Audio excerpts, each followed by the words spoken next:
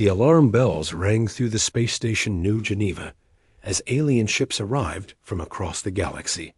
Captain Jake Morrison stood at the large window, watching dozens of strange vessels dock at the station. Some ships looked like giant crystals, floating in space. Others were round and glowing like small suns. A few looked like metal insects with many arms reaching out in all directions. Jake had never seen so many different alien species in one place. The Galactic Council only met like this when something really bad was happening. He adjusted his blue Earth Federation uniform and walked toward the main meeting hall. His boots made soft sounds on the metal floor as he moved through the busy corridors. Dr. Lisa Carter was already waiting for him near the entrance. She held a thick folder of papers and looked worried. Lisa was Earth's best scientist when it came to studying space and black holes. Her dark hair was pulled back as she wore her white lab coat over her uniform. "Jake, this is worse than we thought," Lisa said in a quiet voice. "The black hole they call Charybdis 7 is doing something strange. It's pulling on nearby star systems and might destroy entire planets." Jake looked at the folder in her hands. "What do the aliens want to do about it?" "That's the problem," Lisa replied. "They don't want to do anything. They're all too scared to go near it." The two humans walked into the meeting hall together. The room was huge with a round table in the center. Around the table sat creatures that looked nothing like humans. The Zephyrians looked like living glass statues that sparkled with inner light. When they spoke, their voices sounded like wind chimes. The Nebulans were harder to see because they looked like colored clouds floating above their chairs. Their voices came from everywhere and nowhere at the same time. The hive minds from Kepler Prime looked like giant ants, but with 4 arms and big black eyes that seemed to see everything. Commander Vex from the Centauri Republic had blue skin and 3 eyes.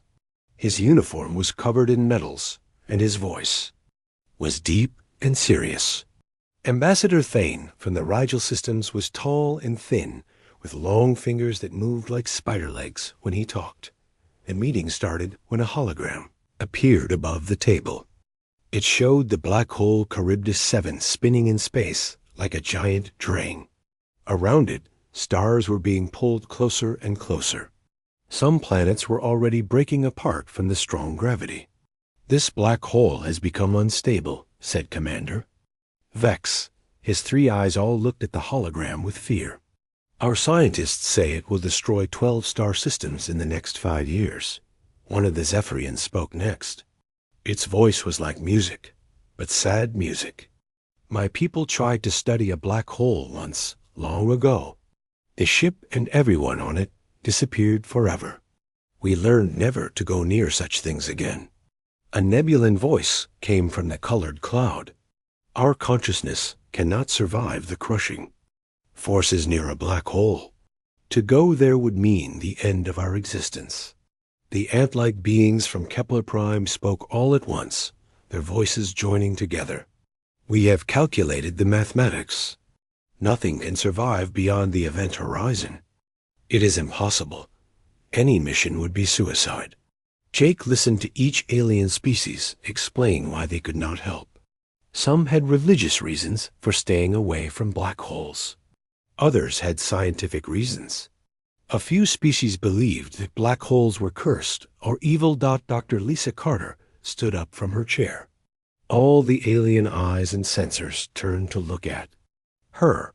She was much smaller than most of the aliens, but she did not seem afraid. "We have been studying black holes for many years," Lisa said in a clear voice. "Humans have developed new technology that might make it possible to survive a journey to Charybdis 7. The room became very quiet. Jake could hear the air recycling systems humming in the walls. The aliens looked at each other with expressions of shock and disbelief. Commander Vex leaned forward on the table. "Dr. Carter, you cannot be serious. Are you suggesting that humans would actually enter a black hole?" "Not just enter it," Lisa replied. We believe we can study it from the inside and find a way to stop the dangerous effects. Ambassador Thane's long fingers trembled as he spoke. This is madness. Your species is young and does not understand the true horror of these cosmic monsters. One of the Zephyrians made a sound like breaking glass. Humans have only been traveling in space for a few hundred years. We have been exploring the galaxy for thousands of years, and we know this cannot be done. The hive minds from Kepler Prime spoke together again. The probability of survival is less than 1%. No intelligent species would attempt such a mission. Jake stood up next to Lisa. He looked around the table at all the alien faces. Every species here has told us it's impossible. But humans have a history of doing impossible things. Like what? Asked Commander Vex. We used to travel across dangerous oceans in wooden boats when we didn't know what was on the other side. Jake said, we flew into space using rockets that exploded half the time. We built colonies on planets where the air would kill us in minutes. Lisa nodded and added, we have always learned by going to places that seem too dangerous. That's how we discover new things. The alien delegates began talking among themselves in their different languages. The sounds filled the room with buzzing, chiming, and whistling noises. Jake could tell they thought humans were crazy. Ambassador Thane raised one long hand for silence. The Galactic Council cannot support such a dangerous mission. We formally advise against any attempt to approach Charybdis 7. One by one, each alien species voted against the black hole mission. The Zephyrians said it went against their ancient wisdom. The Nebulans said it violated the natural order of the universe. The hive mind said the mathematics proved it would fail. When the voting was finished, every alien species had said no. Only the humans had voted yes. Commander Vex looked at Jake and Lisa with his three eyes. Captain Morrison, Dr. Carter, please reconsider this foolish plan. Your species shows great promise. Do not throw your lives away on an impossible dream. Jake smiled and looked at Lisa. She smiled back. They both knew that the other species would never understand why humans always chose to explore the unknown instead of staying safe. Thank you for your concern, Jake said politely. But humans have never let fear stop us from learning something new. As the meeting ended and the aliens began to leave, Jake and Lisa remained at the table.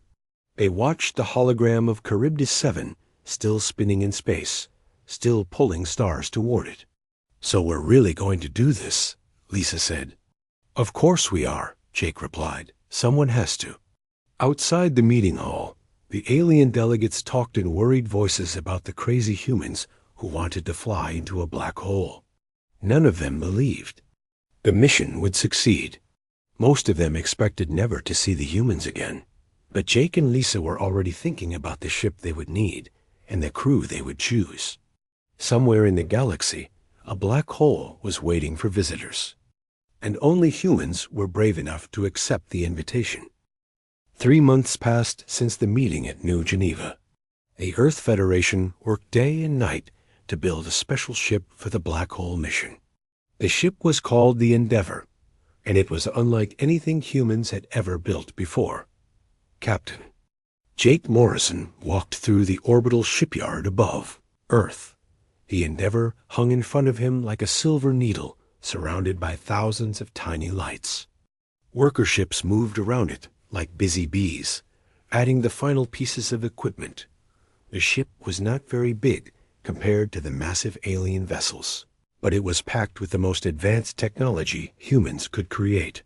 The hull was made from a new metal that could bend without breaking. Special shields covered the entire ship to protect it from the crushing gravity of a black hole. Dr. Lisa Carter stood next to Jake, watching the workers install the last of the quantum computers. These machines would help calculate their path through the twisted space around the black hole. She held a tablet showing dozens of mathematical equations. The gravitational shields are working perfectly in the tests, Lisa said. and the temporal displacement field generators are ready. We should be able to slow down time around the ship when we get close to the black hole." Jake nodded, but his mind was on his crew. He had chosen 11 other people to go with him on this dangerous mission. Each person was an expert in their field, and all of them had volunteered knowing they might never come back. Pete Jackson was the ship's engineer. He was a big man with strong hands who could fix anything. He had worked on space stations for 20 years and knew every part of the endeavor better than anyone. Amy Rodriguez was their pilot. She was small and quick with excellent reflexes. Amy had flown fighter ships in battles against space pirates and had never lost a fight. If anyone could fly a ship through the strange space around a black hole, it was Amy. Chris Thompson was in charge of communications. He was young but very smart with computers and radio systems. Chris could speak 5 different human languages and had learned to understand some alien languages too. Dr. Helen Torres was the head of the Earth Federation Science Council. She stood in her office on Earth, looking out at the stars. On her desk were hundreds of messages from alien governments. All of them were asking her to stop the human mission. The Ethereum Collective had sent a formal protest. These aliens were older than most other species and had mastered space and time technology 50,000 years ago. Their message was clear. Humans were being reckless and dangerous. "This mission threatens the stability of local space-time," the Ethereum message said. "Young species do not understand the consequences of disturbing black holes. We demand this mission be stopped immediately." The Silicon Nexus had sent their own message. These were machine intelligences that could calculate the future with great accuracy. Their computers had run millions of simulations of the human mission. Probability of mission success, 0.03%, their message stated. Probability of total crew loss, 99.97%. Recommend immediate mission cancellation. Dr. Torres read each message carefully. Some aliens were angry, some were scared. A few seemed sad that humans were going to die for no good reason. But none of them understood why humans felt they had to try. She walked to her window and looked. Up at the Endeavour in orbit, the ship's lights blinked steadily as the final preparations continued. In just 2 weeks, 12 humans would climb aboard that ship and fly toward certain death. At least, that's what every alien species believed. Meanwhile, on the space station New Geneva, alien diplomats held emergency meetings. Commander Vex paced back and forth in his quarters. His 3 eyes showed worry and confusion. "Why won't they listen to reason?" he asked his aide. "We have told them the mission is impossible. Our best scientists have explained the dangers. Still, they continue with their plans." Ambassador Thane was having the same problem. He had sent message after message to Earth, asking them to reconsider. Each time, the humans politely thanked him for his concern and continued working on their ship. "Perhaps we should send ships to stop them," suggested one of his advisors. "No," Thane replied with his thin voice. "We cannot force them to be sensible. We can only hope they change their minds before it is too late." The Zephyrians held a special ceremony for the humans. They sang sad songs with their wind chime voices, mourning the loss of 12 brave souls who had not died yet.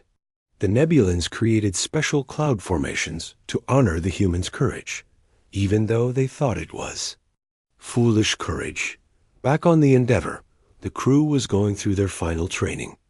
They practiced emergency procedures over and over. They learned how to work in the strange gravity fields they would encounter near the black hole. They studied the physics of space-time distortion until they could recite the equations in there. Sleep. Jake gathered his crew in the ship's main room for a final meeting. The 12 men and women sat around a table looking at him with serious faces. Each person knew what they were risking. Everyone here volunteered for this mission. Jake sighed. "You all knew the dangers when you signed up. but I want to give each of you one last chance to leave.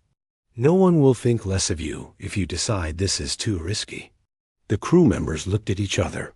Pete Jackson spoke first. "Captain, I've been building and fixing spaceships my whole life. This is the most important mission humans have ever attempted. I'm not backing out now." Amy Rodriguez nodded. "I've flown through asteroid fields and enemy fire. A black hole is just another navigation challenge." Chris Thompson smiled. "Sir, if we succeed, we'll be the first people to communicate from inside. A black hole, that's worth any risk." One by one, each crew member confirmed they wanted to continue. Dr. Lisa Carter was the last to speak. "Jake, we've spent years preparing for this. We've solved problems that seemed impossible. We've created technology that didn't exist before. If we don't try, we'll never know what we might have discovered." Jake looked around the table at his crew. These were the kind of people who made him proud to be human. They were scared, but they were more curious than scared. They were facing the unknown with excitement instead of fear. "Then it's settled," Jake said. "We launch in 2 weeks." The news of the launch date spread quickly through the galaxy. Alien news services reported the story with a mixture of fascination and horror. Some called it the bravest mission ever attempted. Others called it the most foolish. On worlds across the galaxy, alien children asked their parents why the humans were flying into a black hole. The parents struggled to explain human nature to species that had forgotten what it meant to risk. Everything for knowledge. The Endeavour completed its final tests. Every system worked perfectly. The shields were strong. The engines were ready. The crew was trained and prepared. Dr. Torres stood on the observation deck of the orbital station, watching the Endeavour's lights blink in the darkness. Tomorrow, 12 humans would climb aboard and begin a journey that would either make history or end in disaster. She received one final message from the Galactic Council. It was signed by representatives from every major alien species. "We have done everything possible to discourage this mission. We cannot support it, but we will monitor your progress. If by some miracle you survive, the galaxy will be waiting to hear what you have learned." The message ended with a simple statement: "Good luck, humans. You will need it." As night fell over Earth, Jake Morrison looked up at the stars one last time. Tomorrow he would begin a journey that would take him farther from home than any human had ever gone. He was ready. The Endeavour left Earth on a Tuesday morning when the sun was bright and the sky was clear. Captain Jake Morrison sat in his command chair, watching Earth get smaller through the main window. The blue planets slowly disappeared as they entered. Hyperspace for the long journey to CHAR YBDI-7. Dr. Lisa Carter worked at her science station, checking the readings from their special equipment. The gravitational shields were working well. The quantum computers were calculating their path through hyperspace without any problems. Everything looked good for the 6-week journey ahead. The crew settled into their daily routine as the ship moved through the strange tunnel of hyperspace. Pete Jackson checked the engines every morning and evening. Amy Rodriguez practiced flying the ship using computer simulations of black hole approaches. Chris Thompson monitored radio signals from across the galaxy.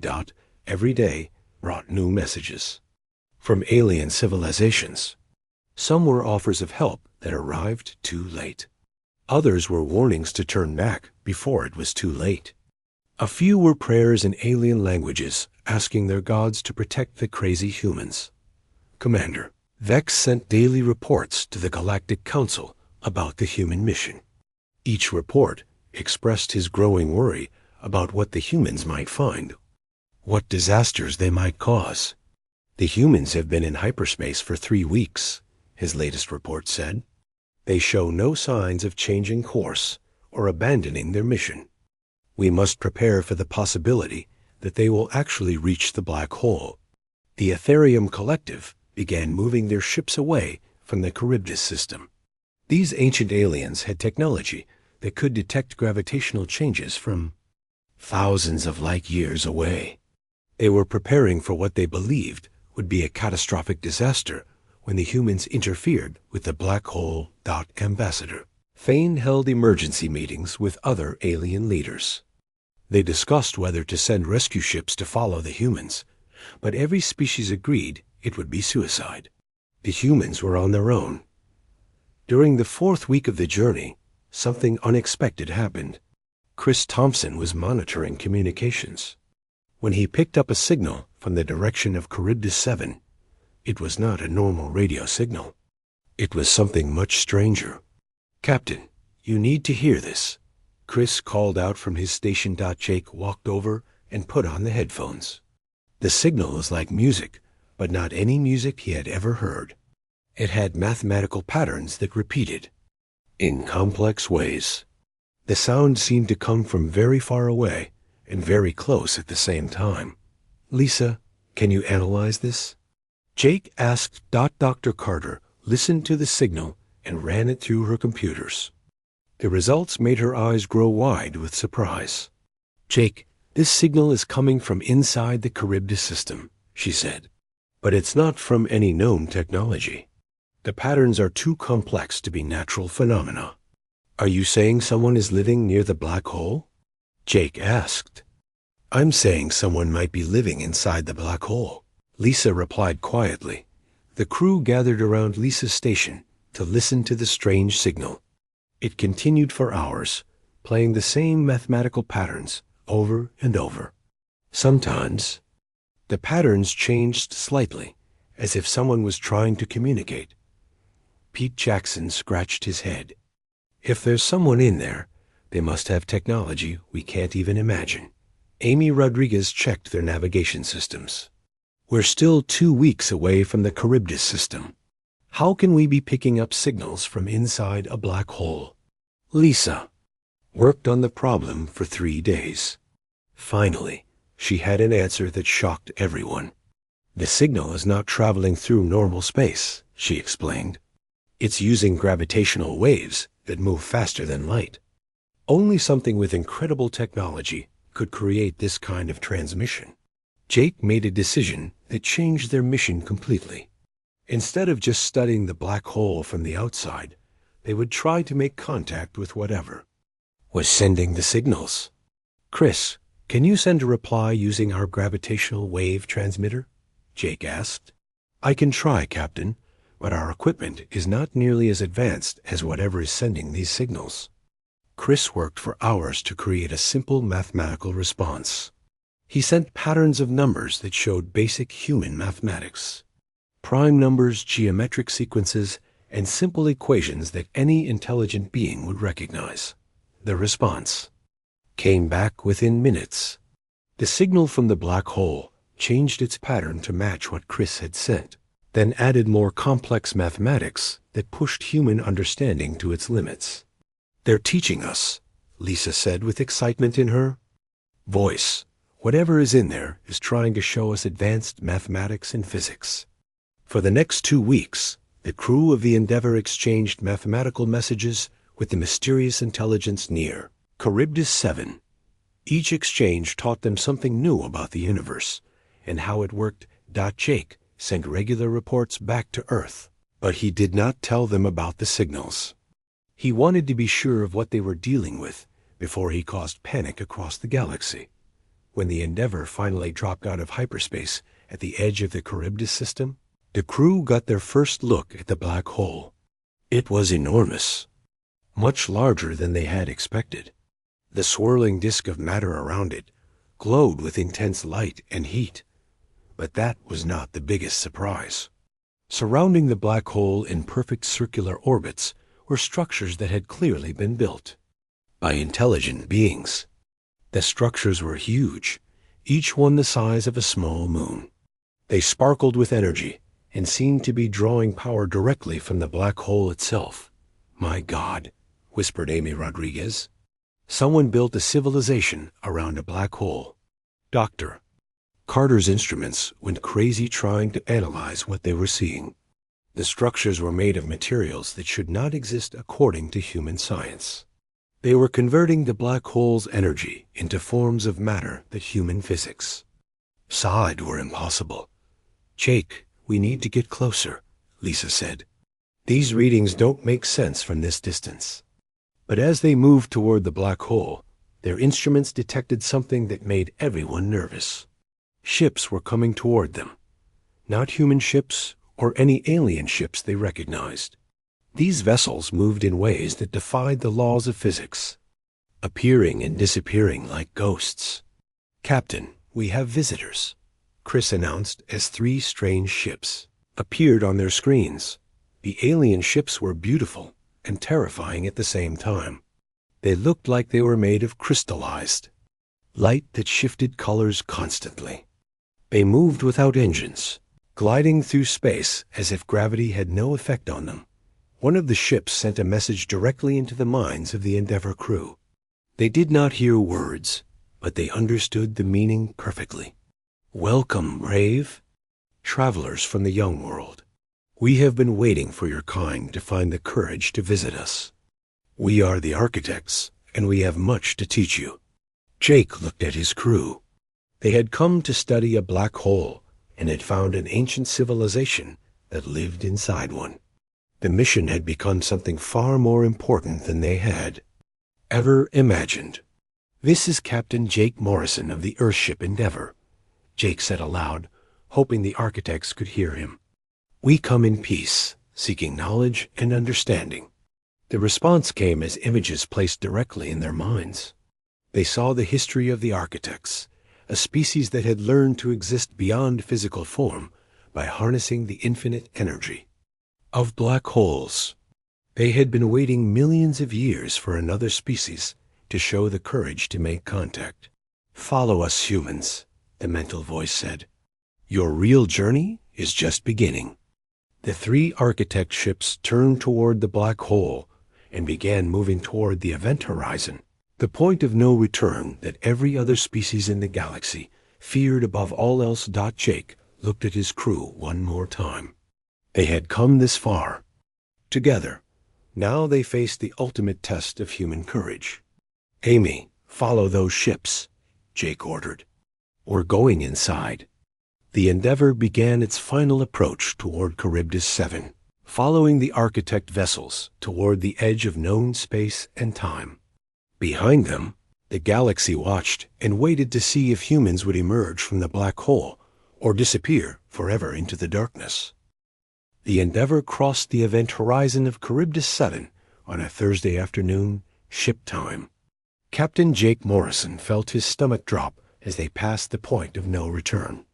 According to everything humans knew about physics, they should have been crushed instantly by the incredible gravity. Instead, something amazing happened. Dr. Lisa Carter's temporal displacement fields activated automatically, creating a bubble of normal time around their ship. The crushing forces of the black hole seemed to slow down and bend around them like water flowing around a rock. "Impossible," Lisa whispered as she watched her instruments. "We're inside a black hole, and we're still alive."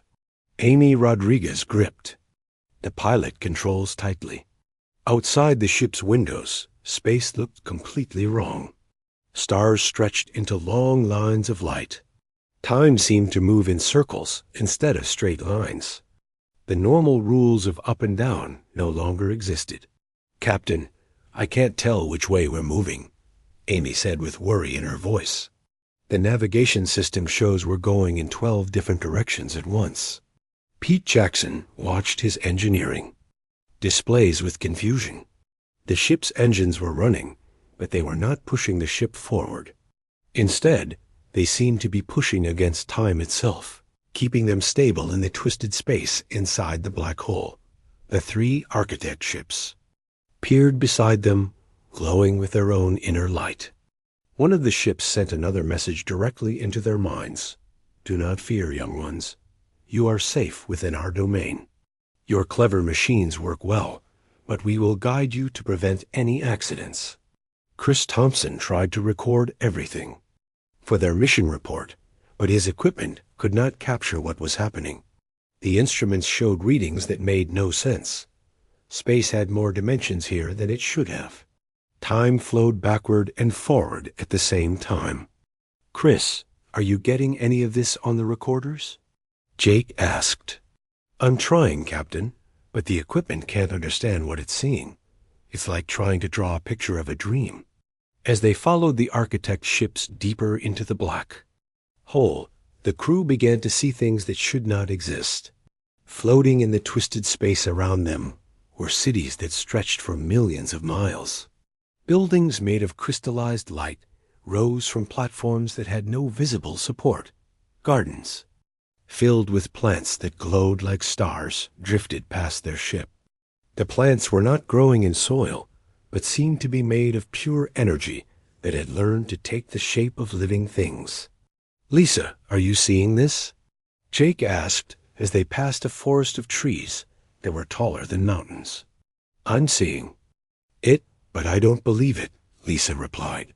"These structures are using the black hole's energy to create matter from nothing. They're building entire worlds inside the event horizon." The architect ship leading them sent another mental message. "Welcome to our home, humans. We are the last of our kind, but we are not alone. We have been waiting for others brave enough to join us in this place beyond ordinary space and time."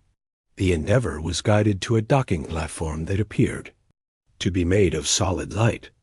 As they landed, the crew could see architect beings moving around the platform. They looked like tall figures made of glowing energy, constantly shifting between different forms. Jake made the decision to leave the ship. He put on his spacesuit and opened the airlock, not sure what to expect. To his surprise, there was breathable air on the platform. The architects had created an atmosphere that humans could survive in. Dr. Carter, Pete Jackson, Amy Rodriguez, and Chris Thompson joined him on the platform. The other crew members stayed on the ship to monitor their equipment and maintain contact with the outside universe. An architect approached them. It looked like a person made of starlight, tall and graceful. When it spoke, the words appeared in their minds without sound. "I am known as the first builder. I have existed in this place for 3 million of your years, waiting for a species like yours to find us." Jake found his voice. "We came here to study the black hole. We didn't expect to find anyone living inside it." "Living is not the correct word," the first builder replied. "We exist beyond the boundaries of life and death. We have learned to become one with the infinite energy that exists at the heart of all black holes." The first builder led them through a corridor that seemed to stretch forever in all directions. The walls showed images of the architect's history. They had once been physical beings like humans, but they had discovered how to transform themselves into pure energy. "Our civilization was dying," the first builder explained. "Our sun was growing cold, and our planets were becoming lifeless. We faced the choice of extinction or transformation.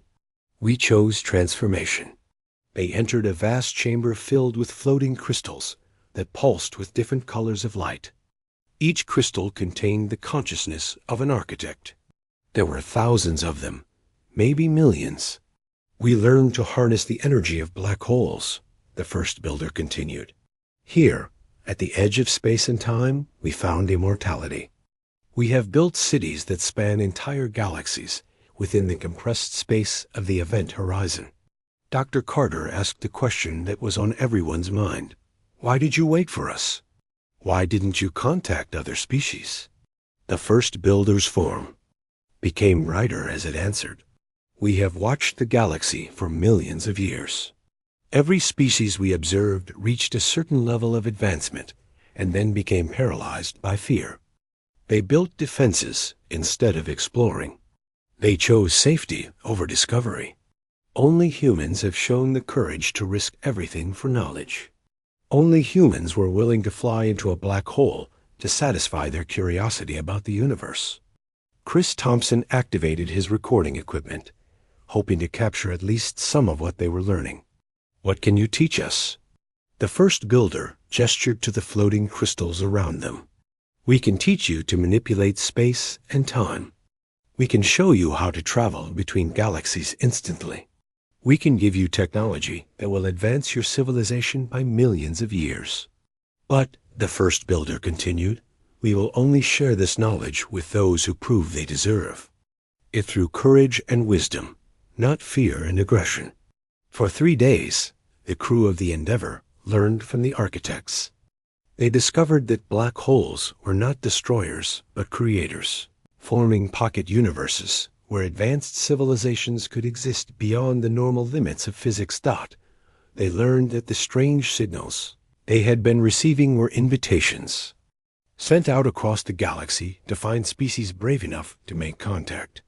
The architects had been sending these signals for thousands of years, but only humans had responded. Pete Jackson learned about engines that could travel faster than light, without creating pollution or using fuel.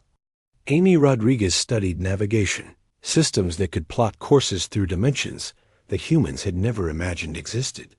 Dr. Carter filled notebook after notebook with equations that would revolutionize human understanding of the universe. Energy could be created from nothing. Matter could be transformed into any shape or form. Time could be controlled like a river being dammed or redirected. On the third day, the first builder brought them to a special chamber where they could see outside the black hole. Through a viewing screen that somehow looked past the event horizon, they could see the galaxy spread out before them. "Your people are waiting," the first builder said. "They believe you are dead. It is time for you to return and share what you have learned."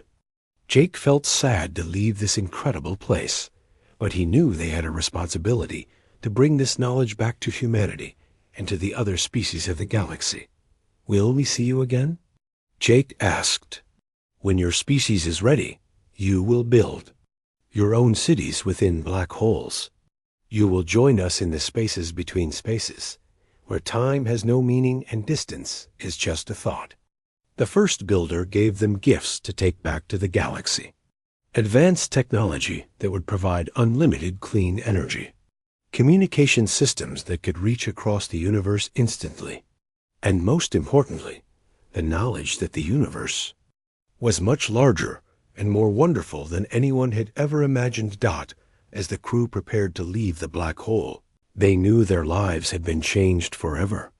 They had seen the future of intelligent life in the universe, and it was more amazing than any dream. The journey back to normal space would be just as dangerous as the journey in, but now they carried with them the most important discovery in the history of the galaxy. They had proof that the universe was not a cold, empty place, but a realm of infinite possibilities for those brave enough to explore it.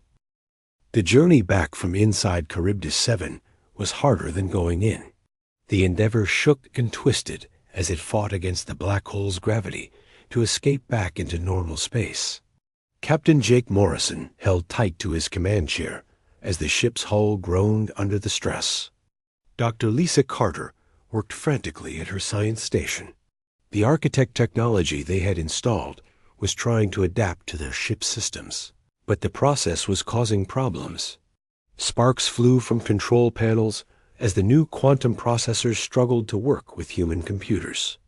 "The temporal displacement field is fluctuating," Lisa called out over the noise. "I'm trying to stabilize it, but the new technology is too advanced for our systems." Pete Jackson crawled through the ship's maintenance tunnels, fixing problems as fast as they appeared. The architect gifts were changing their ship in ways they had not expected. New circuits were growing like living things, connecting to their old equipment in strange patterns. Amy Rodriguez fought to control the ship as they climbed out of the black hole's gravity well. Her instruments showed impossible readings. According to the displays, they were moving backward through time while flying forward through space. "Captain, I can't tell if we're making progress or going deeper," Amy said through gritted teeth. The ship's hull began to glow with the same light they had seen around the architect vessels. Chris Thompson's communication equipment started picking up signals from across the galaxy, all at the same time. Voices in hundreds of alien languages filled the air. "Something's happening to us," Chris reported. "I'm receiving messages from the past and the future. I can hear conversations that haven't happened yet." For several hours, the crew experienced the side effects of their contact with the architects. Jake found himself remembering events from his childhood and seeing glimpses of possible futures. Lisa solved mathematical problems she had never studied before. The exposure to higher dimensional physics was changing them in subtle ways. Finally, after what felt like days, but measured as only minutes on their instruments, the Endeavour burst free from the black hole's event horizon. They emerged into normal space with a flash of light that could be seen from several star systems away. What they found waiting for them was the largest gathering of alien ships in galactic history.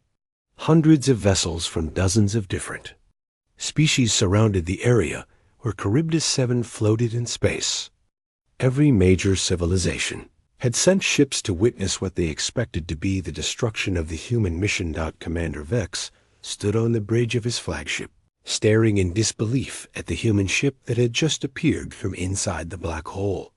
His three eyes all focused on the Endeavour, which now glowed with strange energy patterns. "Impossible," he whispered. They went inside and came back out. Ambassador Thane watched from his vessel with equal amazement. The thin alien's long fingers trembled as he activated his communication system. "This changes everything we thought we knew about black holes," he said to his crew. Jake activated the Endeavour's communication system and sent a message to the assembled alien fleet. "This is Captain Jake Morrison of the Earthship Endeavour. We have successfully completed our mission to explore Charybdis 7. We have made contact with an advanced civilization that exists within the black hole. We request permission to share our discoveries with the Galactic Council." The response was immediate chaos. Every alien ship began transmitting at once. Some species demanded proof of the human claims. Others insisted the humans had been contaminated by unknown forces. A few accused them of making up the entire story. Dr. Helen Torres received the news on Earth within hours. She sat in her office reading Jake's preliminary report with growing excitement and amazement. The technologies described in the report could solve every energy problem humanity had ever faced, but the alien governments were not as excited as the humans. Emergency sessions of the Galactic Council were called as each species tried to understand what the human discovery meant for the galaxy. The Ethereum Collective sent a team of their best scientists to examine the Endeavour. These ancient aliens had mastered space-time technology for 50,000 years, but they had never seen anything like the modifications the architects had made to the human ship. "The energy patterns are beyond our understanding," the lead Ethereum scientist reported. "The humans have been given technology that is millions of years ahead of anything in our databases." The Silicon Nexus ran millions of calculations trying to determine how the human mission had succeeded when their computers had predicted certain failure. Their mechanical minds could not process the concept of beings that existed beyond normal physics. Jake found himself giving the same speech over and over to different alien delegations. Each species wanted to hear the story directly from him. Some believed him immediately. Others demanded more proof than he could provide. 3 months after their return, Jake stood before the full Galactic Council in the same meeting hall where the mission had first been discussed. This time, the atmosphere was completely different. Instead of fear and skepticism, there was curiosity and hope. The architects have agreed to share their knowledge with any species that proves itself worthy, Jake explained to the assembled delegates. But worthiness is not measured by technological advancement or military power. It is measured by courage and the willingness to explore the unknown. Dr. Carter presented the mathematical proofs the architects had given them. The equations showed how to create unlimited clean energy, how to travel instantly between galaxies, and how to build civilizations that could survive the death of stars. The black holes throughout our galaxy are not dangers to be avoided, Lisa said. They are gateways to knowledge and civilizations that we never imagined possible. Commander Vex was the first alien leader to volunteer for a joint mission to another black hole. His military experience had taught him to recognize when retreat was no longer an option. If the humans can survive such a journey, then perhaps we Centaurians can learn to overcome our fears as well, he announced. One by one, other species began to volunteer. The Zephyrians wanted to send their best scientists. The Nebulans offered to provide their advanced sensors. Even the cautious hive minds of Kepler Prime agreed to participate in future missions. 6 months later, Jake stood on the bridge of a new ship called the Unity. This vessel was 3 times larger than the Endeavour and carried crew members from 5 different species. It was equipped with the best technology from each civilization, enhanced by the gifts the architects had provided that Dr. Carter had established. The Black Hole Research Institute, with branch offices on 12 different worlds. Alien scientists worked alongside human researchers, learning the physics necessary to survive journeys beyond event horizons. Amy Rodriguez now taught alien pilots how to navigate in twisted spacetime. Her classes were attended by beings from across the galaxy, all eager to learn the skills that had once seemed impossible. The second black hole mission launched on a Monday morning with great ceremony. Representatives from every major species attended the launch. Jake led a crew of 24 beings from 6 different worlds as they prepared to enter the black hole designated as Omega 9. As the Unity disappeared into the black hole, Jake reflected on how much had changed. A year ago, humans had been considered a young and reckless species. Now they were the teachers and guides for an entire galaxy of civilizations that had forgotten how to be brave. The architects had been right. The universe was full of wonders waiting to be discovered, but only by those who had the courage to risk everything in the pursuit of knowledge. Humans had always been willing to go where others feared to travel, and that willingness had opened doors to possibilities that no one had ever imagined. As more ships followed them into the black hole, Jake smiled. The galaxy had learned that sometimes the greatest discoveries lay not in the safe, well-mapped regions of space, but in the places that seemed most dangerous to those who lacked the courage to explore them. The age of true galactic exploration had begun, and humanity had shown the way.